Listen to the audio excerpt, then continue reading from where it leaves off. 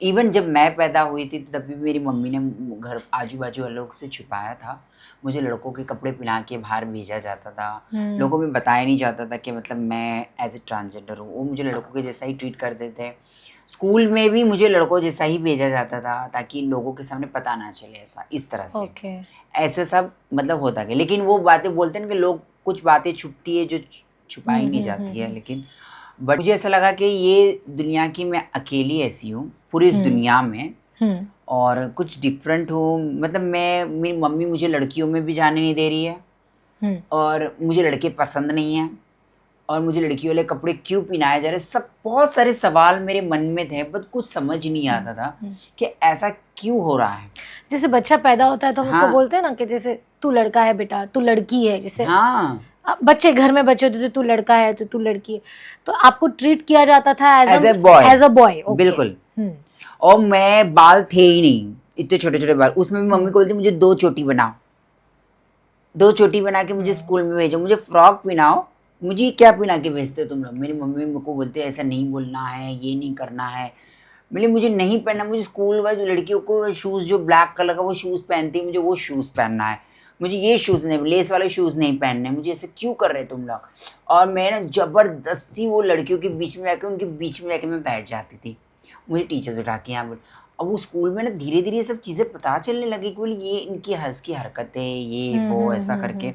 और मेल टीचर्सों का थोड़ा सा मेरी तरफ अट्रैक्शन तो या अच्छा नहीं था। ओके, इट्स नॉट गुड, अच्छा नहीं था। उनका नज़रिया, मुझे ऐसा लगता था कि उनकी नीयत ही ख़राब थी। रातों रात वायरल हो गई। इससे पहले कि डांस शोज़ वगैरह करते थे, आपस में ही फेमस थे, ऐसा लोग जानते बहुत थे ऐसा कि मतलब, लेकिन पब्लिकली इतना लोग नहीं जानते थे। जैसे डांस शोज़ वगैरह में किसी को बुलाना हो तो खुशी को बुलाया जाए, उनके ग्रुप को बुलाया जाए डांस वगैरह के लिए।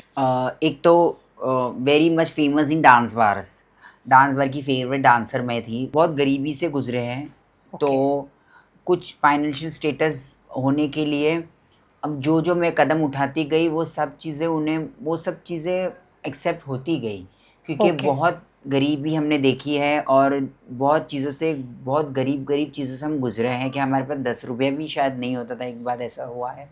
लेकिन और मैंने रास्ते में भी जो ट्रांसजेंडर्स ने सारे काम किए वो सारे काम मैंने किए, ऐसा नहीं बोलूँगी। मैंने रास्ते में भीख मांगा है, बधाई पे गई हूँ, डांस करी हूँ, 100 रुपये में डांस किया है, कैटरिंग किया 100 रुपये में।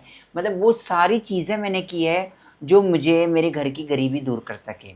लेकिन वो बोलते हैं ना, वक्त का जब वक्त चेंज होने वाला रहता है तभी वो चेंज होता है। और मैं बहुत मेहनत करती थी, मैं कुरियर देने जाती थी, 1-1 रुपये एक कुरियर पे मिलता था। मतलब तुम सोचो 150 रुपये जमा करती थी मैं। तुम 150 कुरियर मैंने दिए रहेंगे तो मैं कहाँ कुरियर देने रह गई होंगी, तुम सोचो। कॉलेज से आने के बाद मैं कुरियर भी देने जाती थी। फिर मैंने ट्यूशन्स पढ़ा है, सब चीज़ें मैंने करी, हर चीज़ मैंने किया पैसे की इनकम के लिए। लेकिन एक दिन मैं डांस बार में चली गई, गलती से मुझे किसी ने लेके चला गया।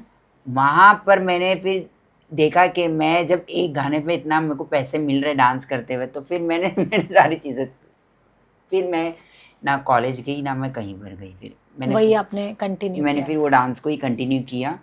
लोगों का नज़रिया गलत है कि डांस बार में गलत चीज़ें होती हैं, ऐसा होता है, बट ऐसा कुछ नहीं होता है। मैंने इतने साल काम किया है, सिर्फ वो है कि बस वो जगह गलत है। ऐसे लोग सोचते कि डांस बार में जाती ड्रिंक करती होगी, सिगरेट पीती होगी। मैंने कभी ये सब काम किया ही नहीं है।